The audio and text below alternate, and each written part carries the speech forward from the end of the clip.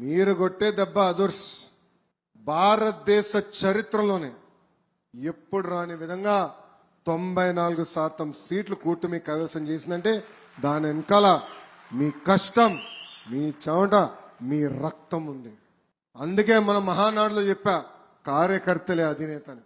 ఇది చెప్తాం కాదు, నేను నియోజకవర్గానికి వచ్చినప్పుడు ఫస్ట్ కార్యకర్తలనే కలుస్తున్నా. లేదంటే ఏ నియోజకవర్గం వెళ్ళినా ఉత్తమ కార్యకర్తలు కలుస్తున్నా. కార్యకర్తలు కలిసిన తర్వాతనే అభివృద్ధి సంక్షేమ కార్యక్రమాలు మనం చేసుకుంటున్నాం. మీరు లేకపోతే తెలుగుదేశం పార్టీ లేదు. ఈరోజు ఈ సమావేశం పెట్టుకున్నామంటే మీరు ఎదుర్కొంటున్న కష్టాలేంటి నేరుగా తెలుసుకునేదానికే ఈరోజు ఈ కార్యక్రమం ఏర్పాటు చేస్తున్నాం. అధికారంలో ఉన్నా ప్రతిపక్షంలో ఉన్నట్టు వివరించాలి. ఆ కసి మనలో పోకూడదు. మీరు నా ఒకవైపే చూశారు, అది జగన్మోహన్ రెడ్డి గారితో పోరాడతాం. ఇంకో వైపు ఉంది, అది బాబు గారితో పోరాడతాం.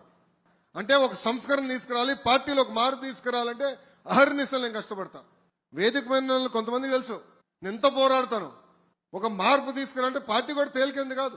సీనియర్లు ఉంటారు, వాళ్ళని గౌరవించాలి, విధి విధానాలు పాటించాలి, ఒక క్రమశిక్షణతో మనం ముందరికెళ్ళాలి. కొన్ని నిర్ణయాలు అయితే నాకు సంవత్సరం పట్టింది, కొన్ని అయితే 2 సంవత్సరాలు పట్టింది. కానీ నమ్ముకున్న సిద్ధాంతం కోసం నేను పోరాడా. నేను ఏనాడు వదిలిపెట్టలా. కానీ చంద్రబాబు నాయుడు గారి నిర్ణయం తీసుకున్న తర్వాత తల వంచి నేను అమలు చేస్తా. ఎందుకంటే సిద్ధాంతం ఒకటే, పార్టీ ఫస్ట్, కార్యకర్తలు ఫస్ట్. అప్పుడే మనందరం కలిసికట్టుగా కలుగుతాం, మాట్లాడదాం. వార్డు అధ్యక్షుడు ఉన్నారు, పట్టణ పార్టీ ఉంది, ఎమ్మెల్యే గారు ఉన్నారు, ఏకంగా ఇన్ఛార్జ్ మంత్రి గారు ఉన్నారు, ఎంపీ గారు ఉన్నారు, పార్లమెంట్ పార్టీ అధ్యక్షుడు ఉన్నారు, జోనల్ కోఆర్డినేటర్ ఉన్నారు. అందరూ కలిసికట్టుగా మాట్లాడుకోవాలి, మన సమస్యలు మనమే పరిష్కరించుకోవాలి. అది దయచేసి గుర్తుపెట్టుకోవాలని ఇక్కడున్న తెలుగుదేశం పార్టీ కార్యకర్తలందరినీ నేను కోరుతున్నా. అనేక సంక్షేమ కార్యక్రమాలు మనం చేశాం. తల్లికి వందనం ఈరోజు అందజేశాం. 1000 రూపాయలు పెన్షన్ పెంచాం. మూసేసిన అన్న క్యాంటీన్ తిరిగి ప్రారంభించాం. మన భూములన్నీ కొట్టేసేదానికి తీసుకొచ్చిన ల్యాండ్ టైటిలింగ్ యాక్ట్ మనం రద్దు చేశాం. దీపం పథకం ద్వారా ఉచితంగా సిలిండర్లు ఇచ్చాం. రోడ్ల పైన పడిన గుంతలు కూడా మనం పూడ్చాం. మీరందరూ అనుకోవచ్చు అదేముంది లేరా భయ్ అని. ఆ ఒక్క కార్యక్రమం 2000 కోట్ల రూపాయలు ఖర్చు అయింది. 5 సంవత్సరాలు ఒక్క గుంత కూడా పూడ్చలేదు మహానుభావుడు.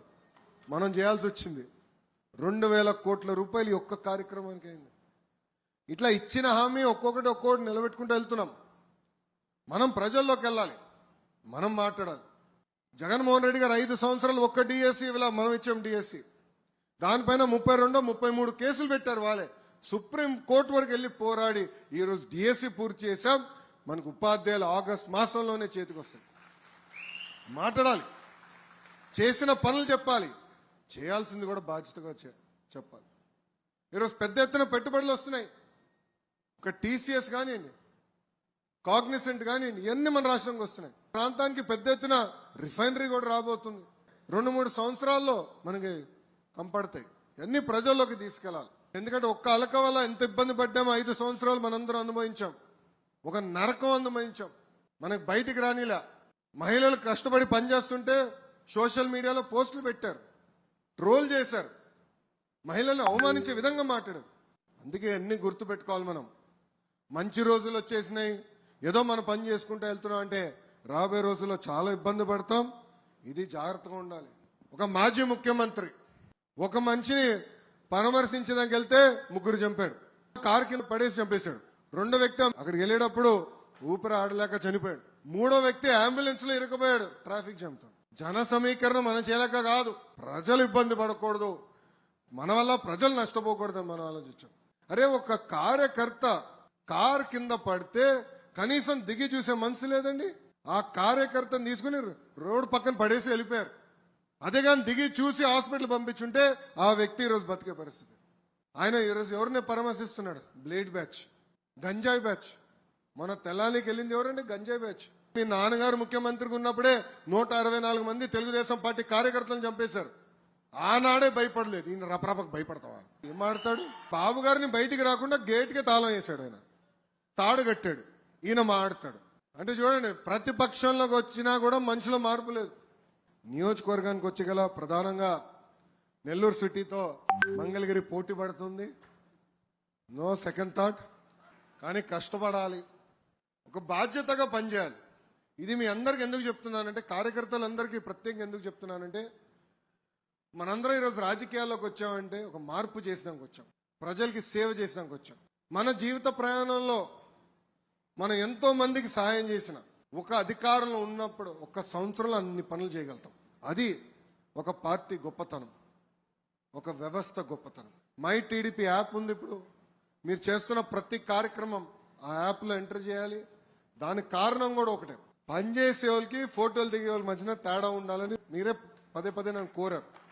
అందుకే తీసుకొచ్చాం. సో ఎవరైతే పని చేస్తారో వాళ్ళని గుర్తించడానికి తీసుకొచ్చాం. టెక్నాలజీతో మనందరం అనుసంధానం అవ్వాలి, నేర్చుకోవాలి. మీరు టెక్నాలజీ అందరూ బాగా వాడతారు కదా. సో పార్టీ నుంచి మీకు ఏం తెలియజేయాలని నేరుగా మై టీడీపీ యాప్ ద్వారా తెలియజేస్తాం. ఒక పట్టుదల, ఒక క్రమశిక్షణతో పనిచేయాలి. ఒక 2 రోజులు బట్టిన ప్రతి గడప దొక్కాలి. మనం చెప్పాల్సింది చాలా వివరంగా ప్రజలు తెలియజేసే బాధ్యత మన పైన ఉంది. వాళ్ళు ఒకవేళ ఏమైనా సమస్య తెలియజేస్తే అది యాప్లో ఎంటర్ చేసే మార్గం కూడా ఇచ్చాం, ఫీడ్బ్యాక్ మెకానిజం. మీరు కూడా మాకు తెలియజేస్తే ఓకే ఇంట్లో ఇది ఒక ఐడియా వస్తుంది పార్టీ కూడా. అది మళ్ళీ బాబు గారి ముందలు పెట్టి ఎలాంటి నిర్ణయాలు తీసుకోవాలి, పాలసీలు ఇంకా ఎట్లా మెరుగుపరచాలి దానిపైన మేము చర్చిస్తాం. చివరిగా 2-3 విషయాలు చెప్పదలుచుకున్నా. ఒకటి, కేసులు. ఎవరిపైన అయితే కేసులు ఉంటే దయచేసి పార్టీ ఆఫీస్కి వెళ్ళి అక్కడ శ్రీకాంత్ అని ఉంటాడు, వివరాలు మొత్తం ఇవ్వండి. ఇప్పటికీ 2900 కేసులు, దొంగ కేసులు పెట్టారని మాకు తెలిసింది. వివరాలన్నీ మా దగ్గర ఉన్నాయి. సుమారుగా 1300 కేసులు ఇప్పటికీ క్లియర్ చేశాం. మిగతా అన్ని కూడా పద్ధతి ప్రకారం చేస్తున్నాం. అన్ని కేసులు ఒకేసారి తీయలేము, ఎందుకంటే ఛార్జ్ షీట్ అయినా కొన్ని ఉంటాయి, కోర్టులో కొన్ని ఉంటాయి. ఆ ప్రక్రియ పూర్తవ్వాలి. జాతీయ అధ్యక్షుల వారు నాకు ఇచ్చిన ఆదేశాలు డిసెంబర్ నెలాఖరికలా అన్ని కేసులు ఎత్తేయాలని చెప్పారు. దాని తర్వాత మీరు వచ్చి మటు కేసు ఉందంటే నాకు పడితేది దెబ్బలు. ఇదిగోండి అన్న ఇది కేసు అంటే తీపిచ్చిపోతే తప్పు నాది. రెండోది, గతంలో కొన్ని పనులు చేశాం, ప్రజల కోసం చేశాం. రోడ్ అని, డ్రైన్ అని, అనేక కార్యక్రమాలు చేశాం. బిల్స్ పెండింగ్ ఉన్నాయి. 10% ఎంత ఉంది, ఒక 300 కోట్లు. అది కేంద్ర ప్రభుత్వంతో కూడా కోఆర్డినేట్ చేస్తాం. వర్కులు ప్రీ క్లోజ్ చేశారు ఉపాధి హామీ కింద. అది తెరిపించి డబ్బులు తిరిగి ఇప్పించే బాధ్యత కూడా మన ప్రభుత్వం తీసుకుంటుంది. పార్టీ హౌస్కి వెళ్ళండి, వివరాలు తెలియజేయండి. ఆ బిల్స్ అందించే బాధ్యత కూడా మేము తీసుకుంటామని ఈ సభాముఖం తెలుపుతున్నాం. చేస్తున్న కార్యక్రమాలు చెప్పాలని, ఛాలెంజ్ చేయాలి. ఈరోజు మీరు సర్వేపల్లి రాధాకృష్ణ గారి పేరుతో స్కూల్ కిట్ ఇస్తున్నాం. నాణ్యత చూసారా, బట్ట క్వాలిటీ చూసారా, బుక్స్ క్వాలిటీ చూసారా? ఈరోజు స్కూల్స్లో సన్న బియ్యం ఇస్తున్నాం మధ్యాహ్న భోజనం పథకంలో.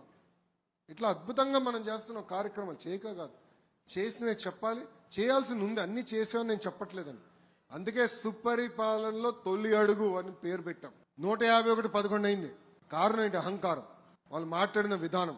ప్రజలు మన దగ్గర కోరేది పలకరింపు, ఆప్యాయంగా మాట్లాడాలి. అందరికి నమస్కారం.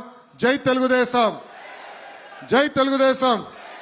చంద్రబాబు నాయుడు గారి నాయకత్వం, చంద్రబాబు నాయుడు గారి నాయకత్వం.